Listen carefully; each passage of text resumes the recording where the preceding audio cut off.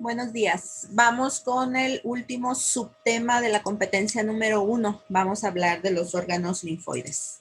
En clases pasadas les había comentado que el sistema inmunológico se encuentra descentralizado, lo que significa que las células del sistema inmunológico no se encuentran localizadas en un solo órgano, en un solo tejido, sino que se encuentran en diferentes zonas o en diferentes regiones del organismo. Bueno, pues en condiciones normales, las células del sistema inmunológico se encuentran circulando en la sangre, en la linfa, están distribuidas en casi todos los tejidos del cuerpo y esto es muy importante para la generación de las respuestas inmunológicas.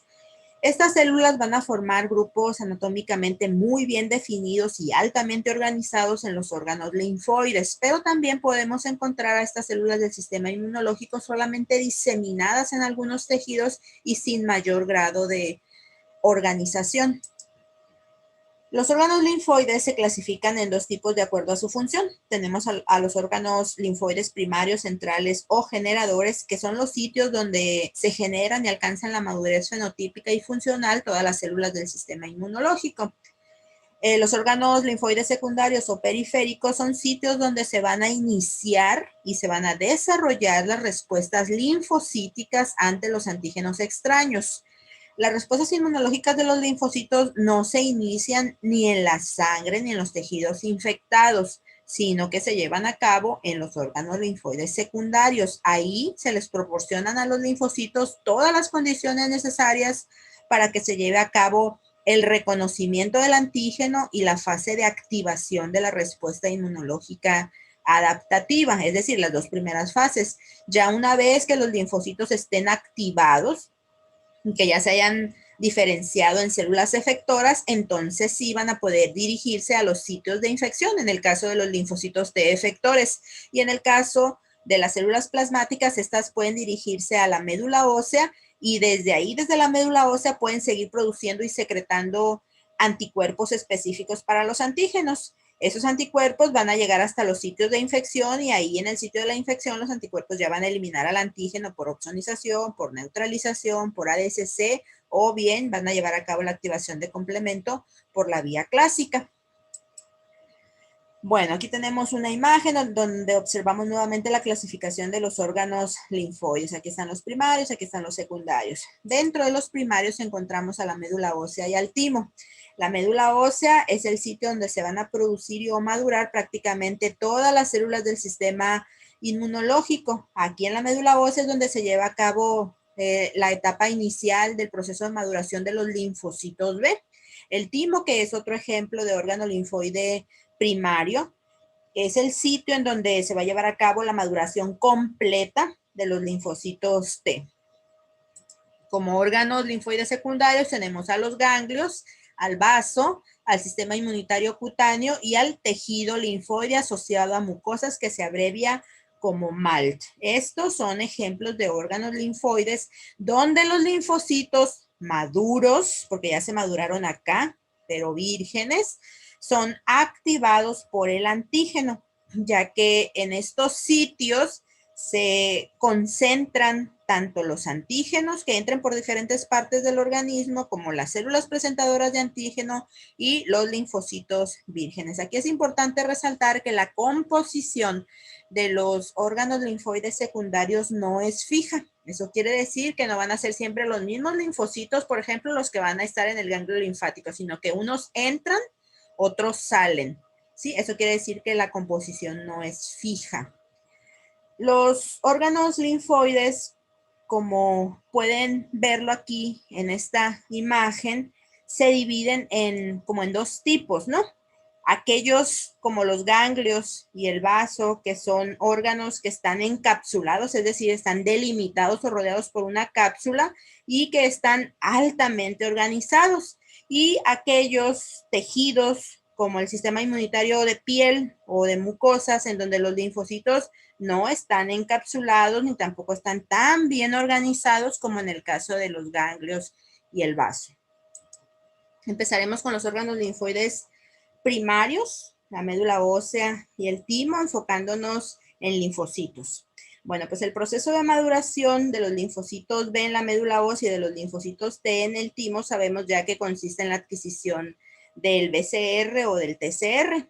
Del timo, los linfocitos T salen con su receptor ya funcional, ¿no? Y la maduración de los linfocitos B en la médula ósea es casi completa. Solo que para que un linfocito B esté completamente maduro se requiere la coexpresión de dos clases de anticuerpos o BCRs en su superficie. De la médula ósea, el linfocito B va a salir con una clase de receptor y luego se va a dirigir al vaso y ahí va a llevar a cabo la coexpresión de los dos receptores que requiere para considerarse un linfocito B completamente maduro. Usamos médula ósea. Bueno, sabemos que la médula ósea es el sitio donde se lleva a cabo la hematopoiesis y la hematopoiesis al inicio de la gestación se lleva a cabo en el saco vitelino. Al tercer mes, más o menos, ese papel lo asumen el hígado y el vaso y en el séptimo mes de la gestación será la médula ósea la encargada de dicha función. Después del nacimiento y en la etapa adulta, la hematopoiesis ocurre principalmente en la pelvis, en las costillas, en el cráneo, en las vértebras, en el esternón. El hígado y el vaso en la etapa adulta pueden retomar esa función hematopoyética en caso, por ejemplo, de una demanda extraordinaria de células sanguíneas, como por ejemplo que la médula ósea esté alterada o que haya una hemorragia importante o alguna otra enfermedad. Aquí observamos estructuralmente cómo es la médula ósea. Es una red esponjosa que está situada entre trabéculas. Estas son las trabéculas. Está situada entre trabéculas largas. Estos huecos que existen en la médula ósea tienen precursores de las células sanguíneas, tienen células grasas y tienen fibroblastos. Además, distribuidos por toda la médula ósea, también vamos a encontrar pues aquellas células plasmáticas que dijimos que se generaban en los órganos linfoides secundarios, pero que se venían a vivir acá y desde aquí producían y secretaban anticuerpos. También linfocitos de memoria pueden venirse a vivir a la médula ósea, además de que aquí en la médula ósea residen una gran cantidad de macrófagos. Ya sabemos que en la médula ósea se lleva a cabo la generación de células sanguíneas y esa generación de células sanguíneas está mediada por ciertas proteínas que son citocinas conocidas como factores de crecimiento. Aquí en la médula ósea todas las células sanguíneas se generan a partir de una célula troncal hematopoyética que tiene la característica de la autorrenovación, porque cada vez que esta célula troncal se divide, una de las células hijas va a mantener las propiedades de célula troncal y la otra ya va a poder diferenciarse a lo largo de una línea particular. Las células troncales se caracterizan o pueden ser identificadas por la presencia de marcadores de superficie, como por ejemplo el CD34. Las células troncales son CD34 positivas y este es un marcador que puede utilizarse para identificarlas y para purificarlas. La proliferación y la maduración de todas estas células en la médula ósea les decía que está estimulada por las citocinas, que son conocidas muchas de ellas como factores estimuladores de colonias, porque al principio se detectaron por la capacidad que tenían para estimular el crecimiento y el desarrollo de varias colonias de leucocitos o de eritrocitos a partir de células medulares.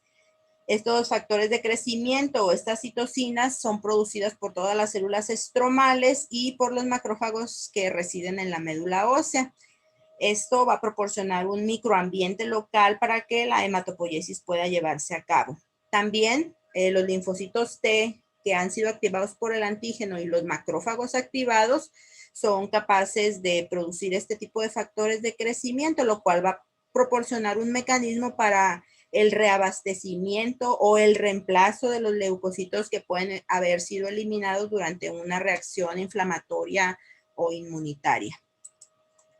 Hablemos ahora del timo. El timo es un órgano que se encuentra localizado en el mediastino anterior, es decir, en la mitad de la caja torácica. Es un órgano plano que tiene forma piramidal, es bilobulado, tiene una base y tiene un ápice. La base se encuentra descansando sobre el pericardio, mientras que los ápices se encuentran ligados a la glándula tiroides. Aquí podemos observar al órgano bilobulado y aquí un acercamiento de uno de los lóbulos. Cada lóbulo se encuentra rodeado por una cápsula de tejido fibroelástico, de la cual se van a desprender prolongaciones o septas que van a dividir al lóbulo en pequeños lobulillos. A su vez, cada lobulillo va a tener dos regiones. Va a tener una región externa que se conoce como corteza y una región media que se conoce como médula. Aquí tenemos un fragmento de tejido tímico teñido, en donde podemos observar nuevamente las dos regiones en este lobulillo. Tenemos a la corteza que se tiñe fuertemente con los colorantes debido a que la densidad de linfocitos T en esta región es mayor, y podemos ver que la médula se tiñe más tenuemente porque aquí la densidad linfoide es mucho menor. Cuando un linfocito T sale de la médula ósea inmaduro y entra al timo, se conoce como timocito. Además, aquí en la corteza, además de los timocitos, hay células epiteliales y hay algunos macrófagos. En la médula, además de los timocitos, va a haber también células epiteliales, va a haber macrófagos y va a haber células dendríticas. Aquí observamos un lobulillo de igual manera. Observamos en esta parte, que es la corteza, una densidad linfoide mucho mayor que aquí en la médula. Observamos otros tres tipos celulares que juegan un papel muy importante en la maduración de los timocitos. Tenemos a estas células que están en rosa, que son las células epiteliales corticales. Estos que están aquí en amarillo son macrófagos. Tenemos células dendríticas y tenemos células epiteliales medulares. Todas estas células desempeñan un papel muy importante, como les digo, en la maduración de los timocitos, ya que producen, por ejemplo, factores de crecimiento, producen citocinas y producen quimiosinas que van a dirigir el tránsito de los timocitos desde la corteza hacia la médula. Por ejemplo, las células epiteliales corticales o de la corteza producen interleucina 7, que es necesaria en fases tempranas del desarrollo de los linfocitos T. Además, las células epiteliales medulares, así como las células dendríticas, van a desempeñar una función muy importante en la presentación de antígenos propios a los linfocitos T en desarrollo y van a provocar la eliminación de esos timocitos en caso de que estos expresen un receptor autorreactivo. Los corpúsculos de Hassall son estructuras características que solamente pueden ser encontrados en el timo. No se sabe a ciencia cierta cuál es su función.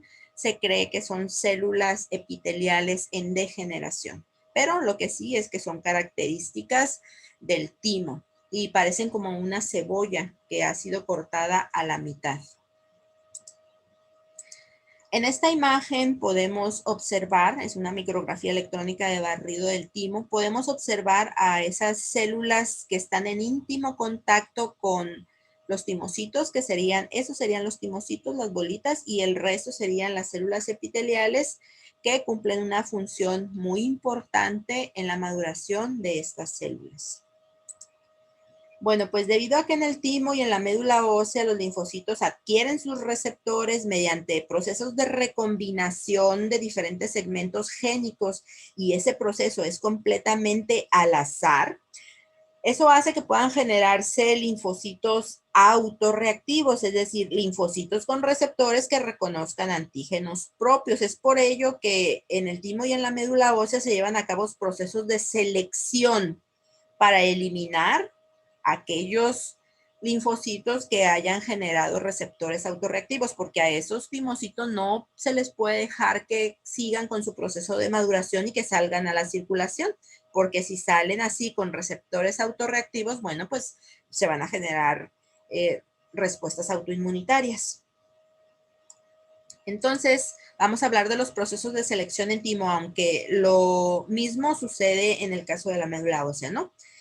Para la selección en el timo, las células epiteliales tímicas, que son estas que ustedes ven aquí, van a presentar péptidos antigénicos propios, que sería este en café, unido a la molécula del MHC, que es la que está en gris, a los timocitos que aún están inmaduros y que por lo tanto son doble positivos, es decir, tienen en su superficie tanto a la molécula CD4 como a la molécula CD8. Aún no han decidido si van a ser linfocitos TCD4 positivos o cooperadores o linfocitos TCD8 positivos o citotóxicos. Bueno, pues en caso de que este receptor que logró este timocito expresar en su superficie, este TCR, sea incapaz de reconocer al péptido propio y tampoco es capaz de reconocer a la molécula del MHC, este linfocito T inmaduro, es decir, este timocito, va a morir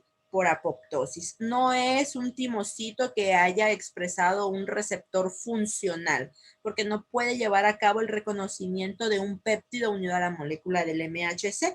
Y si esto madura y sale a la circulación, pues allá en la periferia no va a poder llevar a cabo el reconocimiento de péptidos extraños unidos a las moléculas del MHC porque no fue capaz de reconocer a la molécula del MHC. Ahora, si el reconocimiento del péptido propio unido a la molécula del MHC es muy fuerte, el timocito es también seleccionado para morir por apoptosis en un proceso que se conoce como selección negativa. Es decir, los extremos no son buenos, ni que reconozca muy fuertemente, ni que no reconozca nada. Eso lo lleva a morir por apoptosis. Ahora, si el reconocimiento del complejo molécula del MHC péptido propio es débil, entonces el timocito va a recibir una señal de sobrevivencia. Es decir, hay reconocimiento por parte del receptor del timocito, pero no es tan fuerte, esa señal es débil, o sea, no lo va a llevar a la activación, es solamente una señal para sobrevivir. Entonces el timocito sigue con su proceso de maduración y se convierte en un timocito simple positivo, es decir, o CD4 o CD8. Si decide ser CD4 o cooperador, bueno, pues entonces ya no va a expresar al CD8 y viceversa. A este proceso de rescate de la apoptosis y la conversión del timocito a simple positivo se le conoce como selección positiva. Como conclusión, podemos decir que en el timo, los linfocitos T van a finalizar su proceso de maduración y van a conformar su repertorio inmunológico mediante procesos de selección negativa y positiva. Esto es un proceso que es un proceso muy difícil, ya que más del 95% de los timocitos que están en el timo van a morir o van a ser inactivados porque no lograron expresar un receptor funcional o porque expresaron un receptor que es autorreactivo. Existen personas que tienen una enfermedad que se conoce como síndrome de DiGeorge, los cuales tienen mutaciones en los genes que son necesarios para un buen desarrollo tímico. El equivalente en los animales de experimentación se conocen como ratones nunú o ratones desnudos porque no tienen pelo. Estos individuos que tienen síndrome de DiGeorge son altamente susceptibles a los microorganismos de tipo intracelular porque al no tener un sitio donde se lleve a cabo la maduración de los linfocitos T, pues no tienen linfocitos T que los defiendan en contra de ese tipo de microorganismos. Sabemos que la inmunidad celular y los linfocitos T es el principal mecanismo de defensa con el que contamos en contra de microorganismos de tipo intracelular. Los ratones nunú, que son atímicos y que tampoco tienen linfocitos T maduros, se utilizan mucho para conocer el papel que desempeñan los linfocitos T en ciertas infecciones. Por ejemplo, si yo quiero saber si los linfocitos T son o no son importantes contra alguna bacteria, bueno, pues utilizo este tipo de animales para inyectarles la bacteria y veo cuál es el resultado. Si estos ratones se ven muy afectados al inyectarles esa bacteria, quiere decir que los linfocitos T juegan un papel muy importante en contra de esa bacteria. Y en el caso contrario, bueno, pues entonces los linfocitos T no tienen participación importante en la defensa contra esa bacteria. El timo es un órgano que involuciona tanto en tamaño como en función. Es decir, conforme nuestra edad aumenta, el timo va disminuyendo su tamaño y su función.